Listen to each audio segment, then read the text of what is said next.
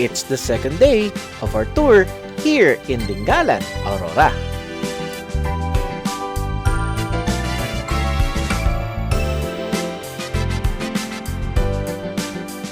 Supposedly, 2 to 3 stops pa kami dito. Pero, as the weather frequently changing its mood, ay naging 2 na lang ang pinuntahan namin dito. Nasa taas na bahagi ito ng bundok dito sa lugar na ito. And for this adventure, ay gagamit kami ng tricycle para makaakyat sa starting point ng falls.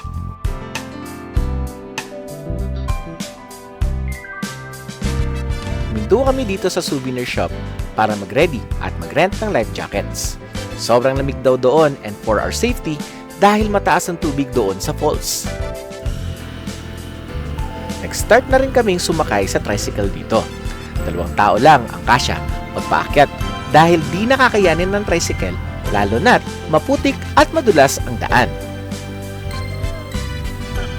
Pero as we struggle our way up, this happened.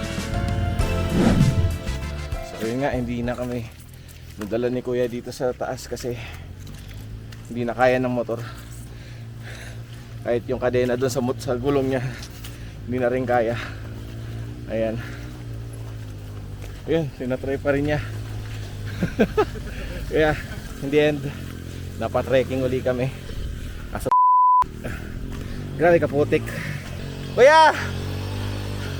Ayan. Laban!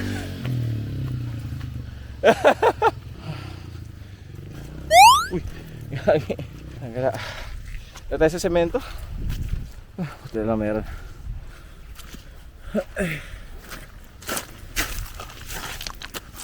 Okay.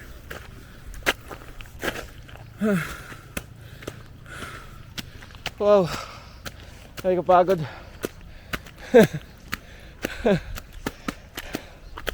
Ay pa yan, dyan. Wag. Kaya pa ba ni Kuya? Ay wala na, nagsuko na.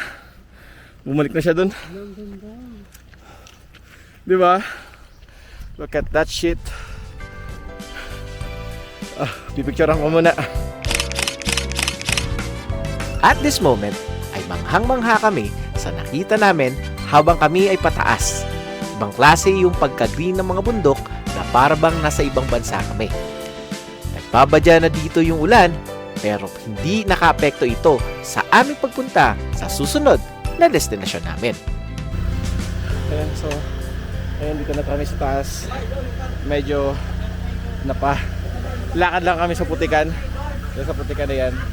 And as you can see, dito tayo sa tuktok. Ito yung view, na makikita nyo dito sa taas.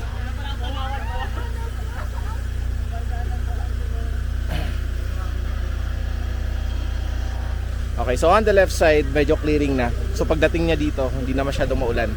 Medyo nakakahinga lang kasi putik yan. Ayan. So buti pa sila nadadala ng tricycle. Samantalang kami midway, no? Midway kami naihatid due to hindi na talaga kaya ng tricycle. Ayan. So tama yung paa ko na yan. Kanina makapal-kapal yung putik niyan eh. So anyways, ayun. Kita tayo mamaya doon sa loob. Ito yung entrance, no? Ito na yung mga kasama ko. At doon na lang tayo mag-continue ng ating content sa loob. So, papahinga muna ako. Hintayin pa namin yung iba. No? Ayan na si yung iba. Nice. Alright. Grabe. Wala kami nga. Doon kami gitna na kami hinatid eh. Nilakad na lang namin. Oo. Oo. Kasi di nga talaga kaya. Inilit pa ni Kuya dun sa may gitna, di niya talaga kaya. Ang lugar na ito ay currently ongoing construction. Pati yung daan dito ay sinesemento na din. Ayon kay Kuya Rome, yung organizer namin, maaaring abutin pa ito ng ilang taon para ma-fully construct yung daan at ang lugar na ito dahil na rin sa araw-araw pa itong dinarayo ng mga turista. After namin magpahinga, bumaba na rin kami para pumunta ng falls. Habang naglalakad kami dito, ay under construction din yung nasa loob nito. mga itinatayong gusali.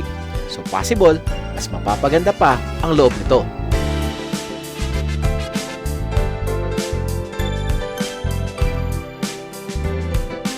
Ilang minuto lang ang tinahak namin dito. Feeling ko bumalik kami sa Mountain View Deck, pero pababa naman.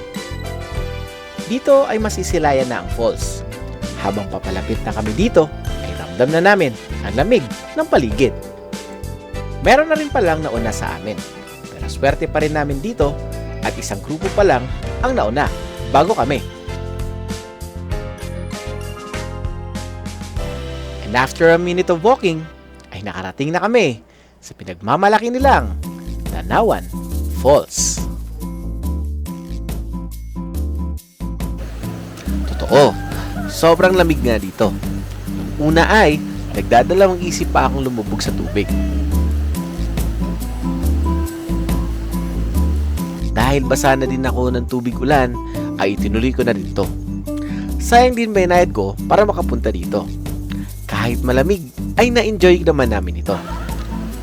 Unfortunately, maraming lamok. Buti na lang at naka-rash guard ako. Pero, sa mukha ko naman namiyasta ang mga lamok.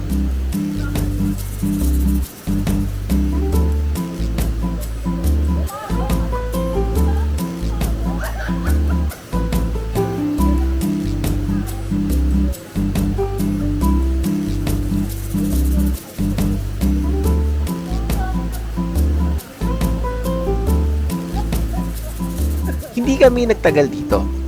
Inabot lang kami ng mga 15 to 13 minutes. Then bumaba na rin kami para magpalit at pumunta sa last destination bago kami umalis.